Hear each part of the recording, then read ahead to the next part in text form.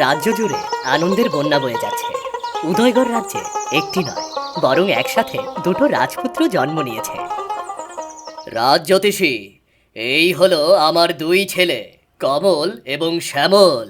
ওদের জন্মের পার্থক্য মাত্র 1 মিনিট। এই হিসেব করলে কমল বড় আর শ্যামল ছোট। এ তো বুঝলাম মহারাজ, কিন্তু এই সময় এই ছোট ছোট বাচ্চাগুলোকে নিয়ে আপনি এখানে কেন এসেছেন? আপনি তো অনেক বড় জ্যোতিষী, আমাদের রাজ্যের অনেক ভাগ্য গণনা করেছেন। এবার দেখে বলুন তো, আমাদের দুটো ছেলের ভবিষ্যৎ কি? ভবিষ্যতে কি করবে ওরা? এভাবে বলা প্রায় অসম্ভব মহারাজ, তবে আমি ওদের মুখ দেখে যেটা বুঝতে পারছি, বড় ছেলে কমল হবে অত্যন্ত বুদ্ধিমান, আর ছোট ছেলে শ্যামল হবে কিছুটা বোকা। বোকা? আমি তো ভেবেছিলাম আমাদের দুটো ছেলে ভবিষ্যতে মহারাজ হয়ে এই রাজ্যের দায়িত্ব নেবে। সবাইকে দিয়ে তো আর সব কিছু হয় না মহারাজ, তবে হ্যাঁ, এমনও তো হতে পারে আপনার ছোট ছেলের মধ্যে এমন কিছু গুণ থাকবে যা আপনার বড় ছেলের মধ্যে থাকবে না। আপনি একদম ঠিক কথা বলেছেন। যাই হোক না কেন, আমি আমার দুটো ছেলেকে খুব যত্নে বড় করব। এরপর খুবই যত্নে দুই রাজকুমার বড় হতে থাকে। একদিন রাজা সিংহাসনে বসে আছে, বড় পুত্র কমলের সাথে কথা বলছে। শোনো কমল, তোমাকে নিয়ে কিন্তু আমার খুব আশা। তোমাকে ভবিষ্যতে এই রাজ্যের দায়িত্ব নিতে হবে। তোমার ছোট ভাইটা খুব বোকা। বাবা, তোমাকে কতদিন বলেছি ভাইকে বোকা বলবে না। শ্যামল একটু সহজ সরল, তার মানে এই নয় যে সে বোকা। ভাইয়ের জন্য তোমার দরদ একেবারেই উতলে উঠছে। তাকে বোকা বলবো না তো কি বলবো? আমার কত স্বপ্ন ছিল এই ছেলেটা আমার সেনাপতি হবে, কিন্তু না, সারাক্ষণ শুধু ধাঁধা নিয়ে পড়ে থাকে। শ্যামল খুব ভালো ধাঁধা বলতে পারে, রাজ্যে এটা নিয়ে খুব আলোচনা হয়। তাছাড়া সাধারণ প্রজারা শ্যামলকে খুব ভালোবাসে। আহ, রাজার ছেলে নাকি ধাঁধা বলে বেড়ায়, সম্মান বলতে আর কিচ্ছু রইল না।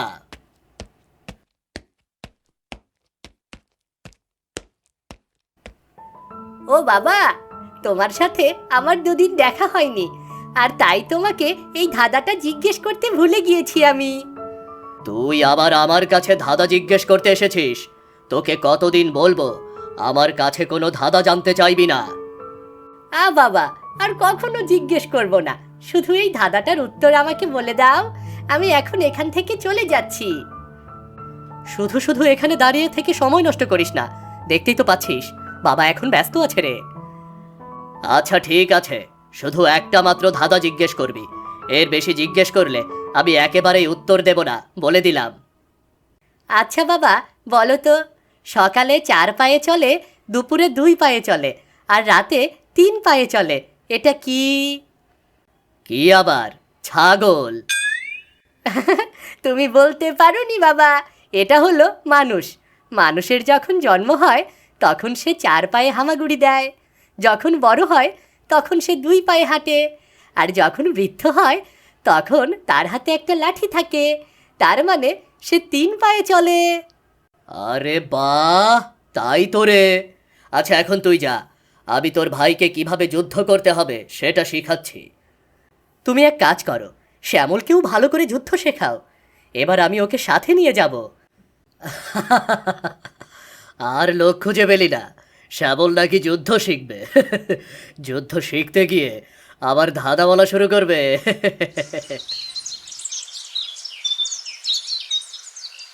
আয়, খবর কিছু হুনসত? ওই যে দূরের পাহাড়, ওই হারে নাকি একটা ভয়ঙ্কর ডাইনি বুড়ি বাস করে রে। সেই ডাইনি বুড়িটা এই বছর ওইখান থেকে বাইর হয়ে আসবো নাকি রে। ওই সব অদ্ভুত কথা তুই কই থেকে হুনছত কত? আমি তো এই ধরনের কথা কোনোদিনও শুনি নাই রে। আরে বাবা, তুই জানোস না, নির্দিষ্ট একটা সময়ে ওইখান থেকে একটা ডাইনি জায়গা ওঠে। আমার দাদার পুঁথিতে এমনটাই লেখা আছে রে। অনেক বছর হইয়া গেছে সেই ডাইনিটার আর দেখা যায় না, এই বছর নাকি তারে দেখা যাইব রে। কি কি কি কইতাছত? আমার তো হুই নাই, একেবারে হাত পা ঠান্ডা হয়ে আইতাছে রে। ওই ডাইনিটা কি আমাগর কোনো ক্ষতি করবো নাকি রে? ক্ষতি করবো মানে? ওই ডাইনিটা যদি একবার জায়গা ওঠে তাইলে আমাগর রাজ্য দখল কইরা নিব রে। তুই কোনো চিন্তা করিস না।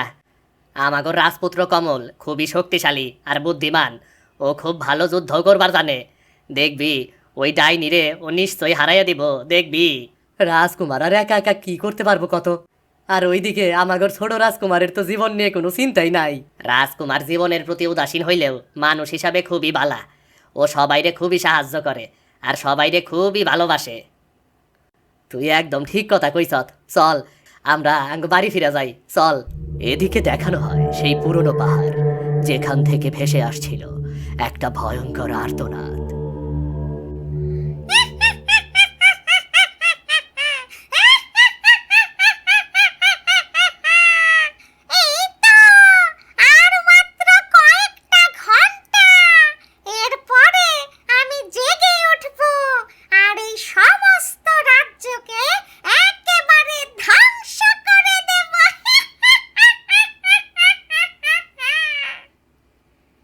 জানো রানী, শ্যামলকে নিয়ে আমার দুশ্চিন্তার কোনো শেষ নেই। ওর মাথায় কোনো বুদ্ধি নেই, সারাক্ষণ শুধু ঘুরে বেড়ায়। বাচ্চা মানুষ, এক সময় ঠিক হয়ে যাবে। আপনি ওকে নিয়ে শুধু শুধু চিন্তা করবেন না। পাহাড়ের পাদদেশে একটা ভয়ঙ্কর ডাইনি থাকে। অনেক বছর ধরে সেখানে সে বন্দি আছে। যে কোনো সময় সেই ডাইনিটা জেগে উঠবে আর আমাদের রাজ্যকে দখল করে নেবে। এজন্যই আমি চাই আমার দুই পুত্র যেন শক্তিশালী হয়। হঠাৎ করে রাতে এমন ভূমিকম্প কেন শুরু হলো? মনে হচ্ছে পুরো রাজ্যটা আমার মাথার উপরে ভেঙে পড়বে। তাহলে কি সেই ডাইনিটা এখন জেগে উঠেছে মহারাজ? না না না না, আমার অলক্ষণে কথা বলো না, তাহলে কিন্তু আমরা সবাই মরে যাব। হঠাৎ করে ভূমিকম্প থেমে গেল, কিন্তু আকাশ কালো মেঘে ছেয়ে গেল। চারদিকে প্রচণ্ড ঝড় বইতে শুরু করল। তখন রাজ্যবাসীরা সেটা বুঝতে পারল এটা কোনো ভয়ঙ্কর বিপদের আলামত। এরপর মহারাজ রাজজ্যোতিষীকে ডেকে পাঠালো। রাজজ্যোতিষী, দেখতেই তো পাচ্ছেন রাজ্যে ভয়ঙ্কর ভূমিকম্প শুরু হয়েছে। এসব কেন হচ্ছে জ্যোতিষী? আমরা প্রচণ্ড দুশ্চিন্তায় পড়ে গেছি। দয়া করে বলুন কেন এমন হচ্ছে? কি এমন হলো হঠাৎ যে রাজ্য এমন প্রাকৃতিক দুর্যোগের মুখে পড়ল? না না না, এমন অবস্থা চলতে দেওয়া যায় না। মহারাজ, রাজ্যে ভয়ঙ্কর দুর্যোগ আসতে চলেছে। ওই ডাইনিটা আবার জেগে উঠেছে এবং সে এই রাজ্যকে দখল করতে চাইছে। কি বলছো জ্যোতিষী? এখন তাহলে আমরা কি করব? এখন আমাদের প্রধান কাজ হলো রাজকুমার কমলকে প্রস্তুত করা, কারণ সে অনেক সাহসী এবং বুদ্ধিমান। সে যদি এই রাজ্যের দায়িত্ব নেয় তাহলে সে সহজেই ডাইনিকে হারিয়ে রাজ্যকে রক্ষা করতে পারবে। একদম ঠিক কথা বলেছেন। আমার ছোট ছেলে শ্যামলকে দিয়ে কোনো কিছুই হবে না। এর চেয়ে বরং আমি আমার বড় ছেলেকে প্রস্তুত করি। সে নিশ্চয়ই এই রাজ্যকে ডাইনির কবল থেকে রক্ষা করতে পারবে।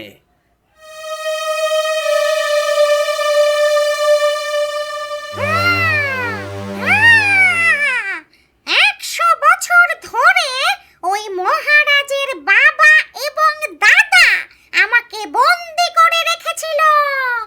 এবার ওর বংশ নির্বংশ করাই হবে আমার প্রধান কাজ। যে করেই হোক ওর বড় পুত্র কমলকে আমি এখানে ধরে নিয়ে আসব, আর এরপর এই রাজ্যকে রক্ষা করার আর কেউ থাকবে না।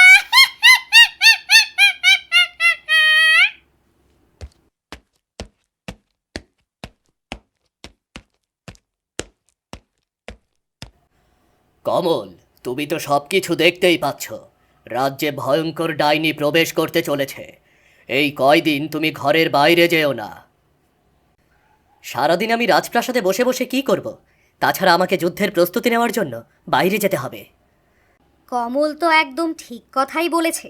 আপনি কাজ করুন, ওর সাথে পাহারার পরিমাণ বাড়িয়ে দিন, যাতে ওকে কেউ অপহরণ না করতে পারে। আমি যথেষ্ট শক্তি সঞ্চয় করেছি মা, এবং যুদ্ধেও পারদর্শী হয়েছি। আমাকে কেউ সহজে এখান থেকে তুলে নিয়ে যেতে পারবে না। একদিন রাতে রাজকুমার কমল ঘুমিয়েছিল।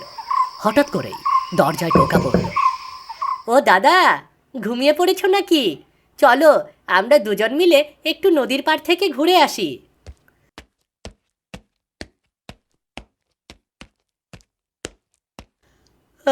কি রে শ্যামল, এত রাতে তুই আমার দরজায় টোকা দিচ্ছিস? আর না না না না, এত রাতে বাইরে যাওয়া ঠিক হবে না। বাবা মা জানতে পারলে খুব রেগে যাবে। আরে বাবা, ডাইনির ভয়ে তো আমরা কেউ অনেক দিন ধরে বাড়ি থেকে বেরই হই না। এভাবে বাড়ির মধ্যে বন্দি থাকলে আমরা তো মরেই যাব। একদম ঠিক কথা বলেছিস। চল তাহলে দুজন মিলে লুকিয়ে নদীর পাড় থেকে ঘুরে আসি। তারপর কমল আর শ্যামল একটা ঘন জঙ্গলের মধ্যে দিয়ে হাঁটতে শুরু করলো, এবং ধীরে ধীরে তারা একটা গুহার সামনে এসে পৌঁছালো। কিরে শ্যামল, আমাকে কোথায় নিয়ে এলি? এ তো পুরো নদীর পার নয়, বরং একটা ভয়ঙ্কর গুহা। চলো আমরা এই গুহার ভেতরে প্রবেশ করি এবং দেখে আসি গুহার ভেতরটা কেমন। চলো চলো।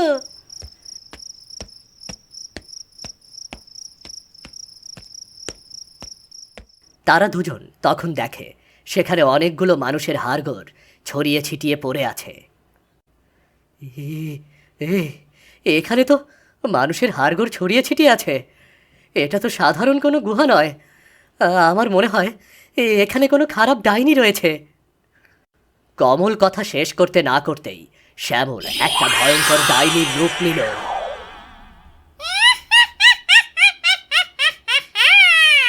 এতক্ষণে আমাকে চিনতে পারিসনি রে? আমি হলাম সেই ভয়ঙ্কর ডাইনি।